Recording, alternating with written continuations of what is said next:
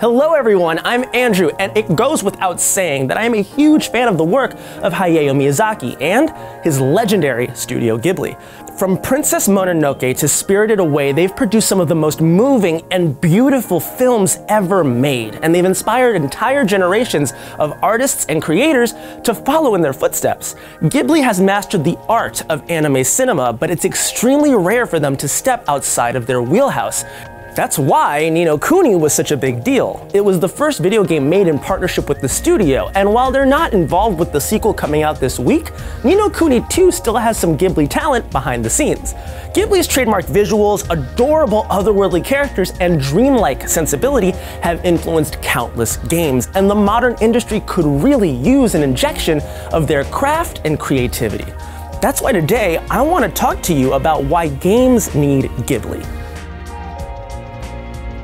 Although I don't think it's the video game industry that needs convincing. You see, Ghibli and its founder Miyazaki have an unpleasant history with the electronic art form. So first, let's see why Ghibli and games don't get along. Believe it or not, Ni no Kuni wasn't the first Ghibli game. It was just the first good one. Miyazaki actually made his arcade debut in 1983's Cliffhanger, 2 years before Ghibli was officially formed, although he personally had nothing to do with it.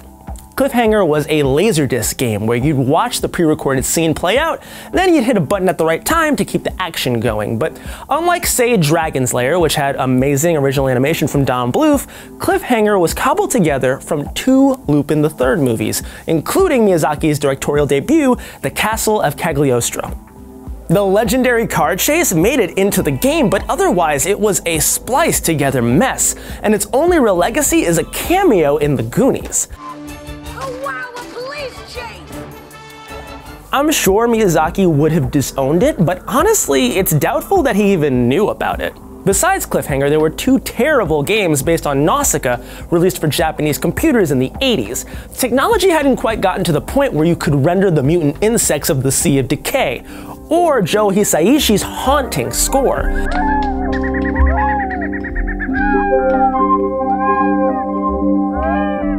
Instead, there's just a hideous, endless buzzing sound as you fly what I guess is supposed to be a glider.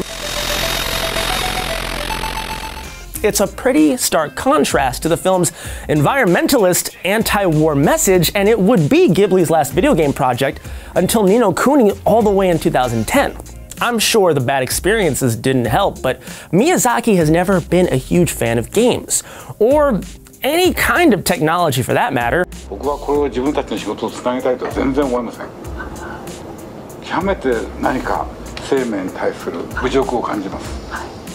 In interviews, he's talked about how he won't even use a fax machine, let alone the internet. And as for the Vidya, he played a computer version of shogi, it's a Japanese variant of chess, and after he lost, he was so salty that he never played a game again.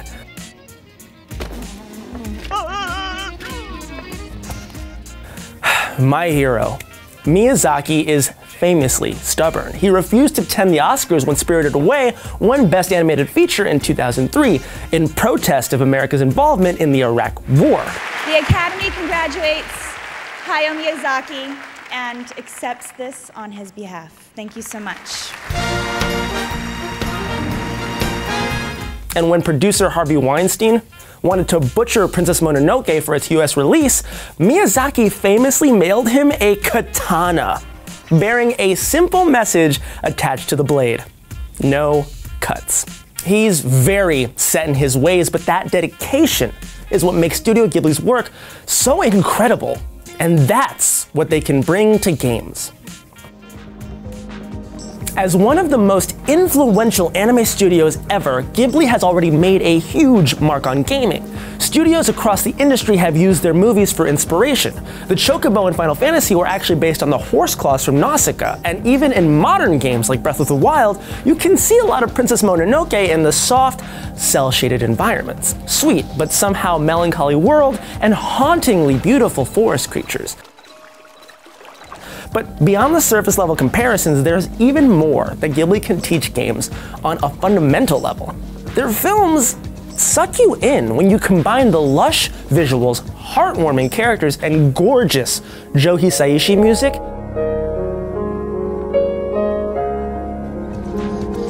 everything else just kind of falls away. You leave the real world behind and get lost in this beautiful fantasy. It's the ultimate immersion, no VR goggles required, and it's a feeling that a lot of games try and fail to replicate. Ghibli fills every gorgeous frame with heart, soul, and an unparalleled attention to detail. The artistry and storytelling draw you into their world. It transcends the language barrier because what the characters say is secondary. Ghibli movies are something you experience, just like games. And the stories they tell are perfect for an interactive medium.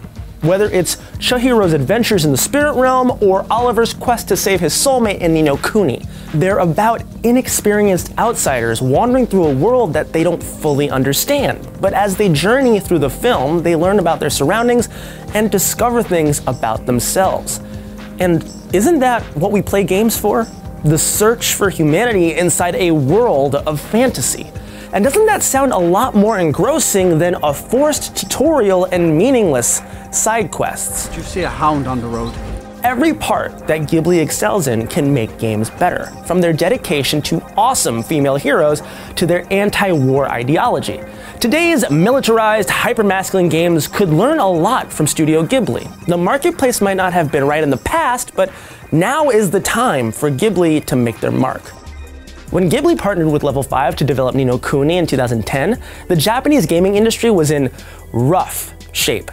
Rising costs, an aging population, and the smartphone revolution really took a toll on the Japanese market. Publishers were actually afraid to take risks, and while there were still plenty of amazing games coming out of the country, the Japanese gaming scene had become stagnant.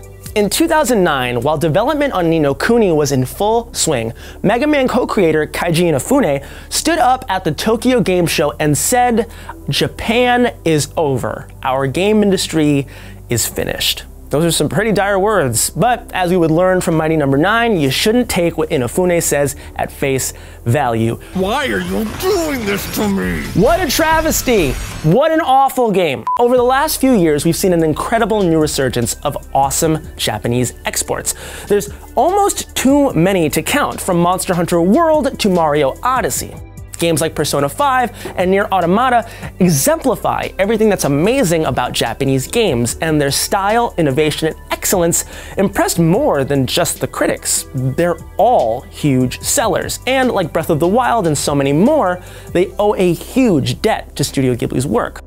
For some reason, cats turning into buses is an extremely widespread cognition among the general public. And now that Japan is once again a force to be reckoned with in this industry, it's the perfect opportunity to embrace all that Ghibli magic. Even if Miyazaki himself never comes around on gaming, that shouldn't hold the studio back. The 77-year-old genius announced his retirement in 2013, and for a while, it looked like the end of Ghibli as we knew it.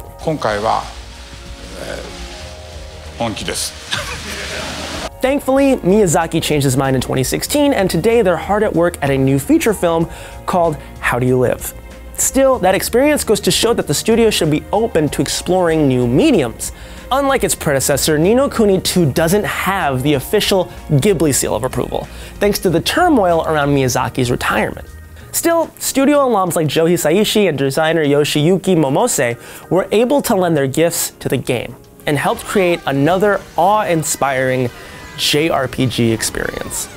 Let's face it, Ghibli won't be the same when Miyazaki's gone, and the studio may not be around forever.